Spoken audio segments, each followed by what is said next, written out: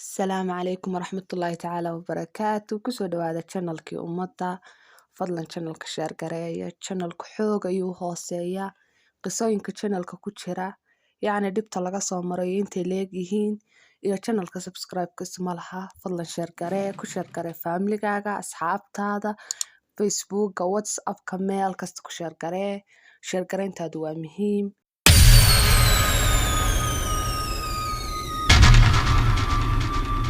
Talada qisadeena waxaa la yidhaahdaa Xabiiba Maxamed Siciid. Waxay ku dhalatay Masar, weliba Qaahira, sanadku markii uu ahaa 1976. Xabiibo ilaa yaraanteedii waxay ku hamiyi jirtay in ay noqoto aktarad ama ay gasho caalamka fanaannimada.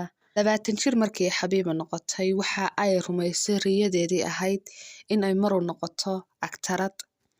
Dabadeedna waxa ay ka qayb gashay dhowr filin iyadoo ka qayb qaadanaysa dowrar yaryar sida inay tahay ardayad dugsi sare. Filimaantii ugu muhiimsanaa ay ka qayb qaadateen waxaa ka mid ahaa filinkii la odhan jiray Shabaab Take Away iyo Rajul Muhiim Jiddan. Labada filimba waa ay ka qayb qaadatay. Xabiiba laakiin nolosheedii jilaanimo ma ahayn mid sii daba dheeraata, waayo waxaa ku dhacday masiibo. Haddaba masiibadani maxay ahayd, maxayse ka bilaabatay? 1998 Xabiiba waxay aaday waddanka Turkiga, khaasatan magaalada Istanbul, iyadoo ku qabanaysay masraxiyad la yidhaahdo Bahloul fil Istanbul. Iyada iyo jilaagii weynaa ee reer Masar ee dhintay Ilaahay u naxariistee Samiir Alqaani. Haddaba markii ay masraxiyadda saa u dhammeeyeen, Xabiiba waxa u yimi wiilkan dhalasho ahaan wuxuu kasoo jeedaa waddanka Qatar, isagoo Xabiiba u soo bandhigtay jacayl iyo guur. Xabiiba waa yaabtay, laakiin hala yaabintaa waxa la dhahaa jacaylka aragtida koowaad, yacni qof markuu saa ku arko ku jeclaanaya. Dabadeed Xabiibo waxay yacni beriya leexleexisaba iyadiina waxa ku abuurmay jacaylkii yacni markii ka aqbashay waxa la soo jeediyey in la isguursado, laakiin waxa ay ballan ku galeen in aanay u sheegin cidna marka laga reebo reerka wiilka iyo reerka Xabiibo. Sidii ayayna isku guursadeen. 4 bilood markii ay isqabeen noloshoodu ahayd mid farxad leh, yacni waa kala shaqaysan jiray. Ninkan wuxuu ahaa nin shaqaysta safaro badan, iyaduna waxay ahayd aktarad oo marba taswiir iyo yacni in filin la dhigayo iyo matalaad iyo waxa ay ku mashquulsanayd. Marka noloshooda wax caqabad ah oo yacni hor taagnayd kala maqnaanshaha iyo kala raagida ma jirin. Mid waliba wuxuu ahaa mid shaqadiisa ku mashquulsan. December 1998 waxay ku beegnayd Ramadaan. Xabiiba waa furtay, waxayna isku diyaarinaysay ka qayb qaadasho musalsal markaas socday. Markii saa waa furtay ayaa gurigii waxa soo weeraray oo albaabka soo jabiyay askar. Askartii Xabiiba waa qaadeen wayna kaxeeyeen. Haddaba maxaa sababay in Xabiiba la qaado? Xabiiba waxaa sababay waxa la soo helay meydkii Cabdallah oo ahaa ninkii Xabiiba qabay, isaga oo yaala guri ka mid ah guryihii uu ku lahaa magaalada Shaariqa. Meydkiisuna wuxuu yaalay 12 casho. Markii ay arkeen deriska uurka ka soo baxaya guriga ayaa dacweeyeen. Dabadeedna booliisku waa soo jabiyeen gurigii, waxayna ka heleen qolka jiifka ama hurdada meydkii Cabdallah, isaga oo dhiiggiisa qalalay qurmayna. Booliiskii markay baaritaan sameeyeen waxay ku soo ogaadeen in ay Xabiibo hoos isku qabeen. Qofkii ugu horreeyay laga shakiyeyna waxay ahayd Xabiibo. Waxa uu bilaabatay in su'aalo la weydiiyo, la yidhaahdo ninkaaga xilligaa kuugu dambeysay. Yacni markii hore waa diiday oo waxay tiri anigu ma dilin, anigu waxba uma geysan, laakiin cidhiidh badan oo kaga yimi booliiska. Xabiiba waxay qaratay in ay dishay Cabdallah, iyagoo ay ka dhexeeyeen khilaaf. Booliiskiina Xabiiba waxay u kaxeeyeen meeshuu dilku ka dhacay, waxayna dhaheen noo matal sidii aad u dishay, waana matashay. Bilaabatay in Xabiibo dadkii oo dhani ku soo eedeeyaan dilka ninkeedii, saxaafadii ay noqoto beryaha qofka ugu horeeya ee qaybta ugu horeeya taagan. Haddaba dadkii oo dhani markii ay rumaysteen waxa rumaysan waayay reerkii uu ka dhashay Cabdallah iyo reerkii ay ka dhalatay Xabiibo. Cabdallah wuxuu ahaa nin sigisbaag leh, biraha qaadqaada. Markaa waxaana la sheegay in aanu qofkan yacni iska celinoo aanu kala hor iman hujuum ee uu taagnaa ama sidii laba qof oo kale ay dileen. Xabiibana qof dumar ayay ahayd. Sidee ayuu ninkan ay ku dishay Xabiibo 30 jeer oo mindi aan ku gelisay? Caqliga ma geli karto. Ma waxay dhaheen qof ayaa caawinayay, laakiin dambi baadhayaashu waxay sheegeen in aanay cidna caawinayn. Xabiibana markii ay qiratayba waxa la geeyay jeelka.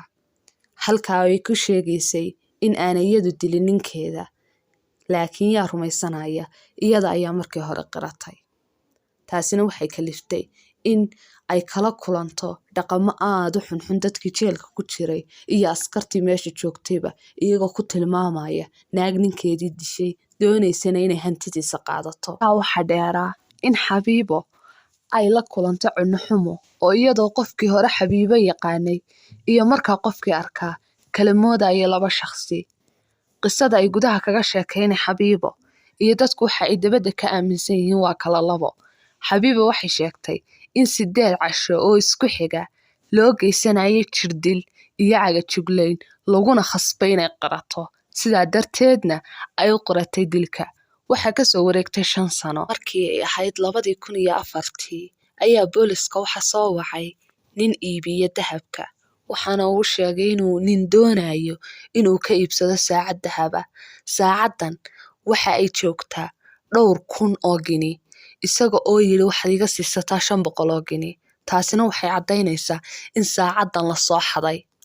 Booliskii markii ay saacadii daba galeen ciddii lahayd iyo ciddii markii hore soo iibisay iyo meeshii laga soo iibiyey, waxay ogaadeen in ay saacadan u lahaa Cabdallah oo ahaa ninkii la dilay ee Xabiibo ninkeedii. Booliskii isla markiiba waa soo qabteen. Ninkan magaciisa waxa la dhahaa Saabir. Markii saa loo soo qabtayba waxa uu sheegay wixii dhacay.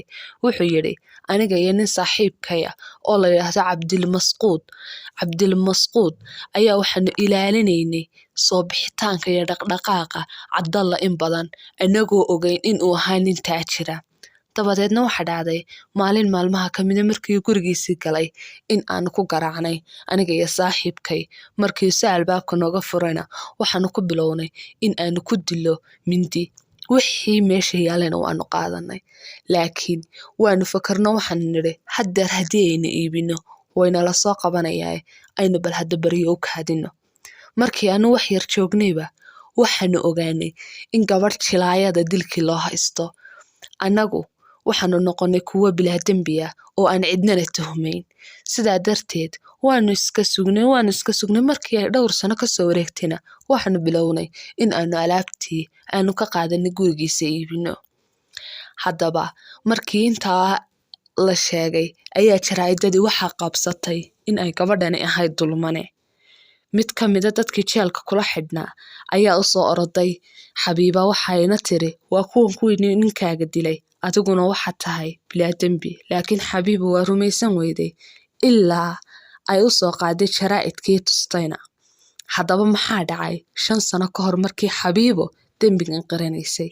December 1998 waxay tiri Xabiibo, askartu markay guriga iga soo jabiyeen waxay igu yiraahdeen istaji, waxba kuu geysan mayno, waxbaanu ku weydiinaynaaye.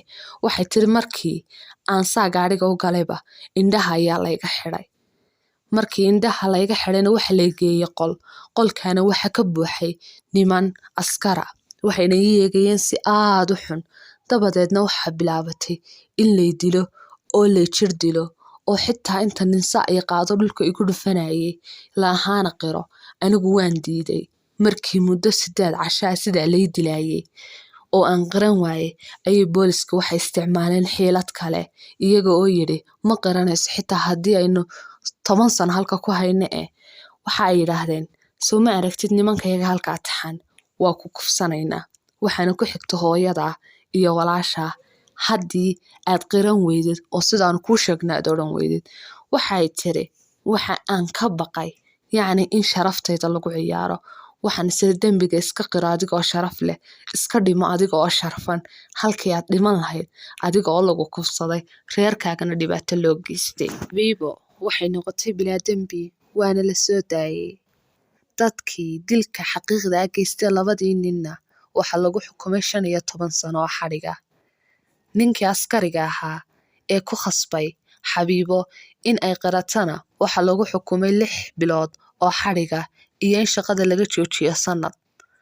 2012 ama 2012 ayaa waxaa la siiyey Xabiibo 1 milyan oo gini oo Masri ah. Kaasina wuxuu ahaa yacni lacagtii ugu badnayd ee dowladda Masar ay siiso qof shiciba. Laakiin Xabiibo waxay tiri si kasta oo indhihiina ugu weyn yahay yacni lacagtaas intaa leegi, laakiin aniga agtayda xog ma aha. Marka la eego dhibaatadii iyo waxyaalihii aan soo maray, waana runteedo haddii lagu siiyo 10 milyan oo lacaga kuma doorsanaysid hal maalin oo bilaa xorriyada. Waan rajaynayaa qisadan inaad ka heshay. Fadlan channelka subscribe saar, gambaleelka furo, commentiga noogu reeb, share dheh, videogana like saar. Waad mahadsantihiin. Wassalaamu calaykum waraxmatullaahi tacaala wabarakaatu.